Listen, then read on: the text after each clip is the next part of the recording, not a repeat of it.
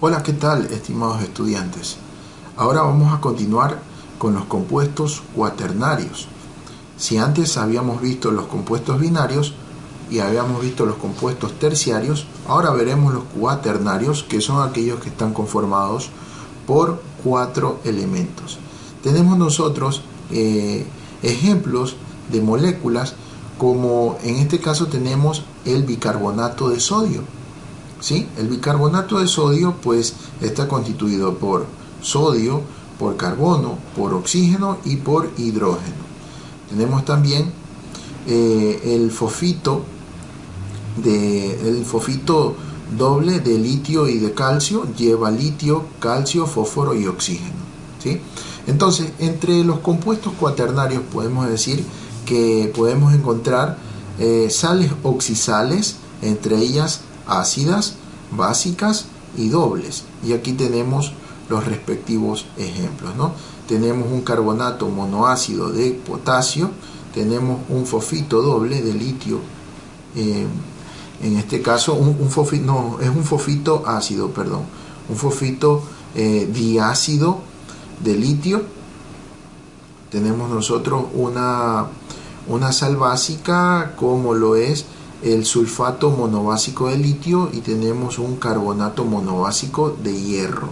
Y en las dobles tenemos un disulfato de sodio y aluminio, y tenemos un fosfito de calcio y potasio. Muy bien. Sales oxisales ácidas. La formación de este tipo de sales oxisales ácidas es mediante la presencia de un metal que va a llevar la carga positiva y un radical ácido que llevará la carga negativa. ¿Sí? Entonces, al contrario de los radicales halogénicos neutros, en los radicales ácidos se trata de mantener por lo menos un hidrógeno dentro del paréntesis con la parte oxigenada. Noten ustedes aquí cómo a partir de este ácido ortofosfórico, ¿sí? Ortofosforoso, se obtiene un radical llamado fosfito monoácido. ¿Sí? Monoácido, ¿por qué? Porque de los 3 hidrógenos que tenía el ácido, se optó dejar uno, ¿sí? Y la carga negativa completa con los 2 hidrógenos que se reemplazaron, ¿no? Menos 2. ¿Ok? Entonces, el siguiente paso es integrar el metal con el radical ácido, ¿sí? Y luego, pues, neutralizarlo. Si el compuesto que nosotros queremos formular es el fosfito monoácido férrico, sabremos que el hierro estará trabajando con +3, el radical fosfito monoácido con -2, y al neutralizar tenemos 2 como subíndice para el hierro y 3 como subíndice para el radical. ¿Sí? Su otro nombre sería fosfito monoácido de hierro con el número en romano 3 de oxidación del hierro. ¿Sí? Muy bien. Tenemos estos ejemplos, ¿no? Vamos a realizar un ejemplo. Vamos a realizar el sulfato monoácido de zinc. ¿Ok? El sulfato monoácido de zinc lo obtenemos a partir, primero vamos a realizar el radical sulfato. ¿De dónde proviene? Bueno, vamos a hacerlo esto un poco más específico. Tenemos aquí nosotros al azufre, al oxígeno, ¿sí? Como dice sulfato, quiere decir que provino del ácido sulfúrico, ¿sí? Si yo no sé cómo es la fórmula directamente del ácido sulfúrico, pues la voy a elaborar. Entonces, neutralizo, simplifico y me quedará así, más la molécula de agua, y yo tendría aquí la fórmula del ácido sulfúrico, ¿sí? Voy a colocarla aquí, ácido sulfúrico. ¿Ya? Entonces, de este ácido sulfúrico yo voy a sacar un radical sulfato monoácido. Como tengo dos hidrógenos, significa que yo puedo dejar uno dentro del paréntesis, ¿sí? Y voy a colocar el hidrógeno que me quedó restante como carga negativa, ¿sí? Bien, entonces voy a integrar voy a incluir el metal. Voy a escribir primero el metal, zinc, y voy a escribirle aquí el radical. ¿Sí? El zinc está trabajando con +2 y entonces al neutralizar esto me quedaría así. ¿Sí? Y la fórmula sería así. ¿Ok? Y este mismo procedimiento ustedes pueden realizar para los diferentes otros compuestos que tienen ahí en los ejercicios.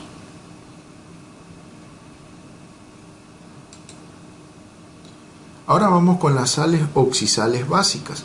Las sales oxisales básicas en su formación nos dice que están constituidas por un radical básico que va a llevar la carga positiva más un radical halogénico neutro. ¿Sí?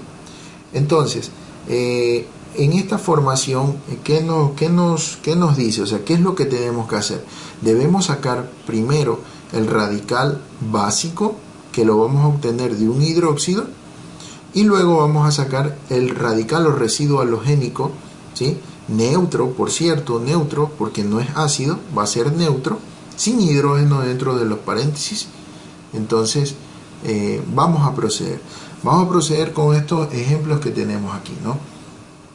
Primero tenemos aquí que el compuesto que queremos formular será un sulfato monobásico de calcio. Sulfato monobásico de calcio, ¿sí? Un radical halogénico neutro y un radical básico, ¿sí? Pero en este caso, como dice monobásico, significa que por lo menos va a tener una base o un grupo OH. Entonces, para obtener ese radical monobásico, partimos del hidróxido de calcio, ¿sí? Hidróxido de calcio. El calcio trabaja con +2, el grupo OH con -1, neutralizan y me queda calcio OH2. Entonces, como tengo dos grupos OH en este hidróxido, es fácil dejar solo uno, ¿sí? Entonces yo tendría aquí que escribir entre corchetes, voy a escribir calcio, entre paréntesis el grupo OH, cierro el corchete y en la parte de afuera dejaré la carga positiva de +1 por el grupo OH restante, ¿no? Entonces ahí yo tengo un radical monobásico de calcio, ¿sí? Luego procedo a hacer el del radical halogénico neutro. A partir del ácido sulfúrico, pues dejo solamente la parte oxigenada dentro del paréntesis y en la parte de afuera repasamos, ¿no? La cantidad de hidrógenos que tenía el ácido, ¿sí? Con carga negativa, -2. Entonces, este es un radical sulfato. Luego, integrando la fórmula y neutralizándola, ¿sí? Yo la voy a escribir acá, ¿no? ¿Cómo quedaría? Quedaría igual que esta, ¿sí? Yo escribiría el radical, ¿sí? El radical básico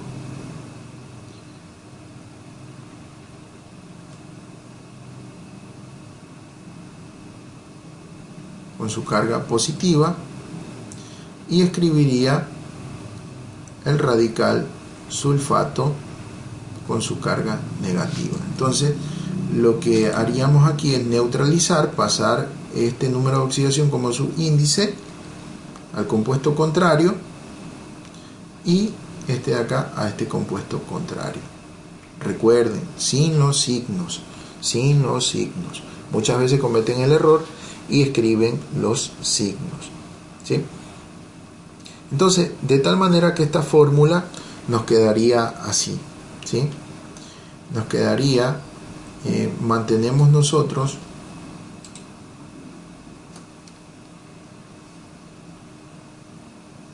tenemos nosotros al calcio, al hidróxido de calcio, o sea, en este caso al radical monobásico de calcio,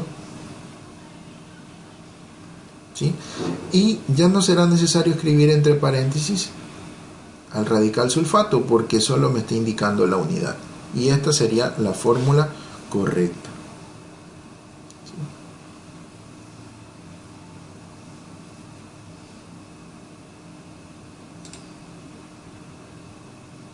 Luego acá tenemos estos ejemplos que podemos desarrollar. Por decir, tenemos nosotros al manganato tribásico plúmbico, ¿sí? Bueno, vamos a explicarlo cómo se obtiene o se formula este manganato tribásico plúmbico. Entonces, como dice, aquí tenemos dos partes, ¿no? La parte del radical halogénico neutro negativo y la parte del radical básico que va a llevar la carga positiva. Entonces, el tribásico plúmbico yo lo voy a obtener del hidróxido de plomo, ¿sí? El hidróxido de plomo 4, porque ICO es más 4 con el plomo, ¿no? Recordemos que el plomo tiene una valencia menor que es más 2 y una mayor que es más 4, que es ICO. Entonces, yo escribo el plomo, ¿sí?, a sus grupos hidroxilo con carga negativa y el plomo con carga positiva.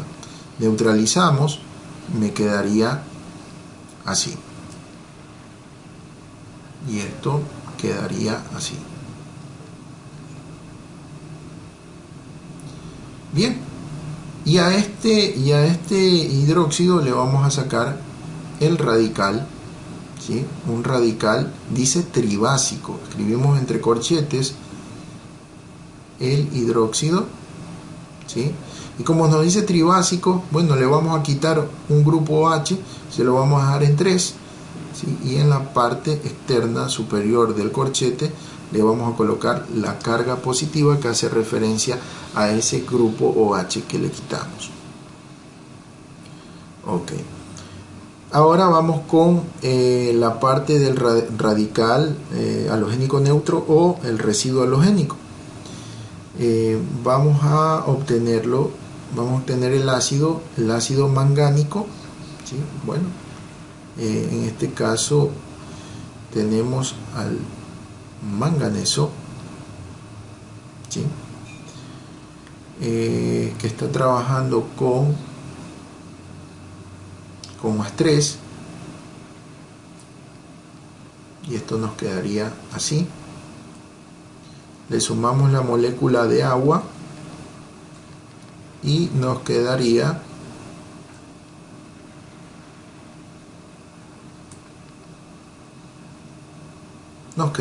así, ¿no? 3 más 1, 4. Entonces, ¿puedo simplificarlo? Lo simplifico. ¿Sí? Y entonces yo estoy quedando aquí con una fórmula que va a ser la siguiente. Muy bien. Entonces, para sacar ese radical halogénico neutro, voy a escribir la parte oxigenada entre paréntesis y la cantidad de hidrógeno que tenía, que es 1, bueno, lo coloco acá, menos 1, ¿sí? Y ahora lo que me toca es integrar esas dos radicales, ¿no? En donde pues primero voy a escribir el radical básico, ¿sí? Ese es el orden que voy a llevar.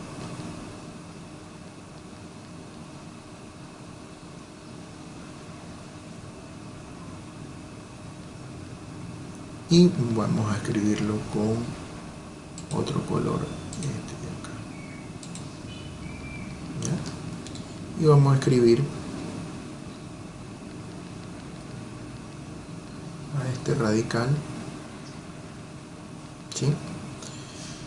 Bueno, entonces, como los números de oxidación que tienen al pasar en sentido opuesto a ser los subíndices, pues nos queda la unidad. Y cuando nos queda la unidad, ¿sí? Cuando nos queda la unidad, ¿qué sucede? A ver, vamos hizo falta espacio aquí.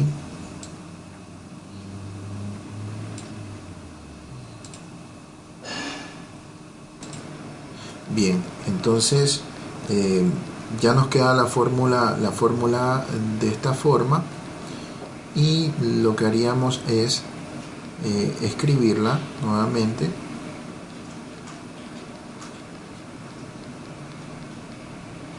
Perdón, habíamos considerado que, bueno, ya no era necesario escribir entre corchetes porque está indicando que es la unidad.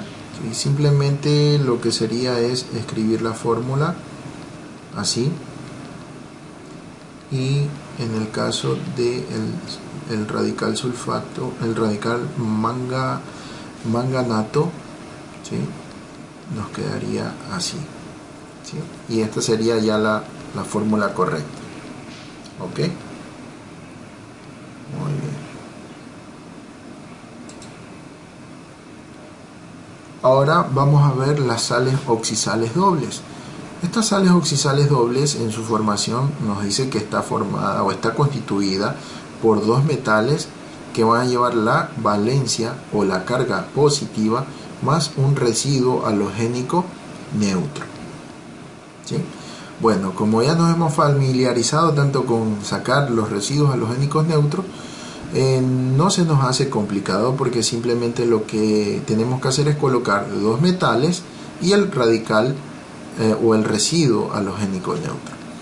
Entonces, tenemos como ejemplo aquí, ¿no? Vamos a partir del ácido sulfúrico, ¿sí? Extraemos el radical halogénico neutro, entre paréntesis SO4 y cerramos paréntesis, carga negativa -2, ¿sí? Entonces, vamos a escribir los dos metales. En este caso vamos a formular una sal oxidal doble llamada sulfato de potasio y aluminio. Entonces, escribimos el potasio, escribimos el aluminio y escribimos el radical sulfato. Aquí hay que tener en consideración ciertas reglas. Por ejemplo, para poder neutralizar bien esta fórmula, nosotros necesitamos considerar esto, ¿no? Cuando tenemos nosotros el radical, el número de oxidación del radical es positivo, es negativo, perdón, pero es un número par, ¿sí? Un número par negativo, ¿sí?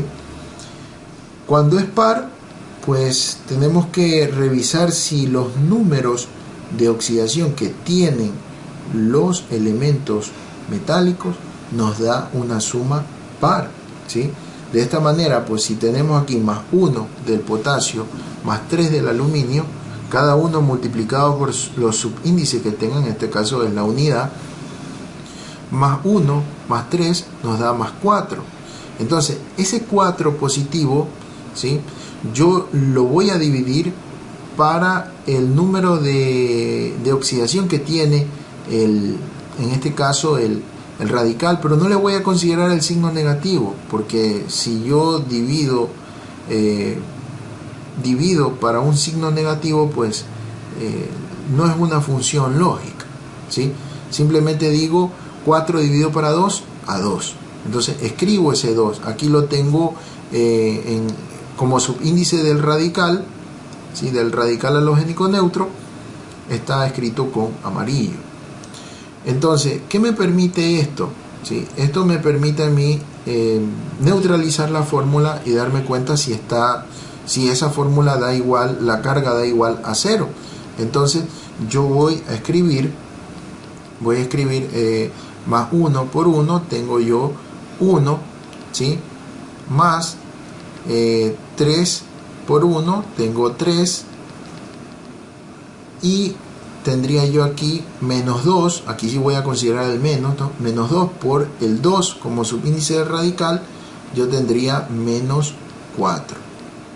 Entonces, esta operación me daría 1 más 3, 4, menos 4, 0. Entonces, ahí está neutralizada en este caso, la molécula, y puedo decir que está correcto, ¿sí? Ahora, hay otras consideraciones. en el caso de esta fórmula que ustedes ven aquí, sulfato de sodio y magnesio, ¿qué sucede cuando realmente la suma de los números de oxidación multiplicados por los subíndices de estos elementos metálicos, ¿sí?, da una suma de resultado un número impar? Miren aquí, no miremos este subíndice del sodio, porque en realidad todavía no debería estar, ¿sí? Entonces voy a escribirlo aquí abajo mejor para que se entienda, ¿no? Tengo yo aquí el sodio, tengo el magnesio y tengo el radical sulfato, ¿sí? Entonces sé que el radical sulfato tiene menos 2, el sodio tiene más 1 y el magnesio tiene más 2. Entonces, si yo observo aquí en esta fórmula, así en esta forma, tengo más 1 por 1 que tiene aquí abajo, ¿no? Es 1, ¿sí? Y aquí más 2 por 1 tengo más 2.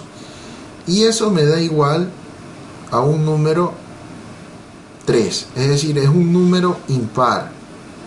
Y ese número impar, al dividirlo para el número par que tiene como número de oxidación el radical, pues no puedo obtener yo un número entero que funcione como subíndice de ese radical. Entonces eso es ahí un error, ¿sí? Y no quiere decir que la fórmula hasta ahí esté mal, no. Lo que pasa es que hay que aplicar un artificio, ¿sí? Entonces, la regla nos dice que cuando tenemos la suma de los dos metales, ¿sí?, de los números de oxidación de los dos metales, me da impar, ¿sí?, y el radical tiene un negativo, es un número de oxidación negativo par, pues lo que yo tengo que hacer es recurrir a añadir en uno de estos dos metales, específicamente en el que tiene el número impar, el número de oxidación impar, tengo que añadirle un número o un subíndice par, ¿sí? Entonces en este caso voy a añadirle aquí el número par más pequeño, que es 2, ¿sí? Entonces yo multiplicaría aquí, ¿no? Y la cosa cambia, ¿no? Más 1 por 2, yo tengo 2, y aquí tengo más 2 por 1, tengo 2, ¿sí? Y eso da igual a 4, y luego 4 dividido para 2 me da igual a 2. Ese 2 es el que voy a colocar aquí abajo como subíndice del sulfato, ¿sí?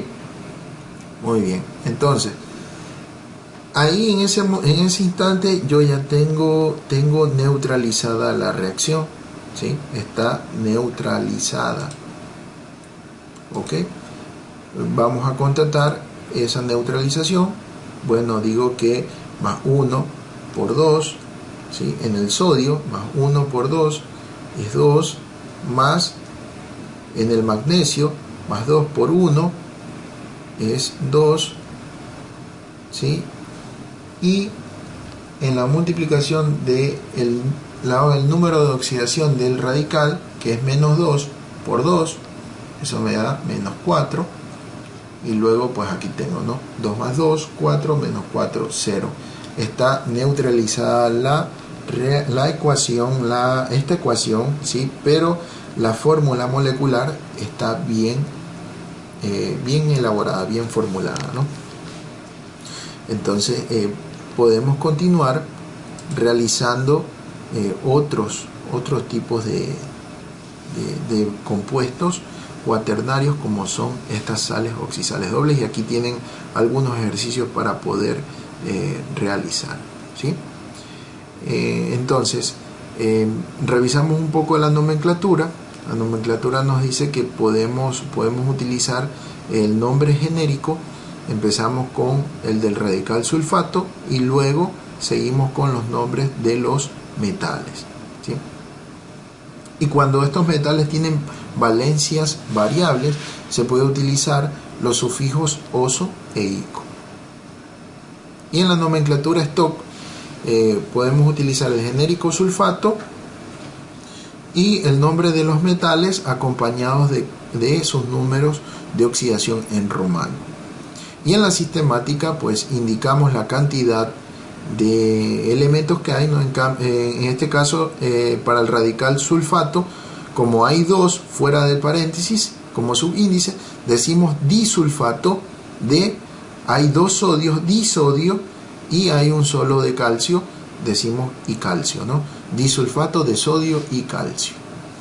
Ok, bueno, eso es todo lo que hemos podido abarcar en cuanto a la nomenclatura de los compuestos cuaternarios, y pues pueden ustedes realizar sus ejercicios en el cuaderno y no olviden revisar cada uno de esos detalles para poder formular bien los compuestos. Bueno, agradezco su atención y les deseo que tengan un excelente día.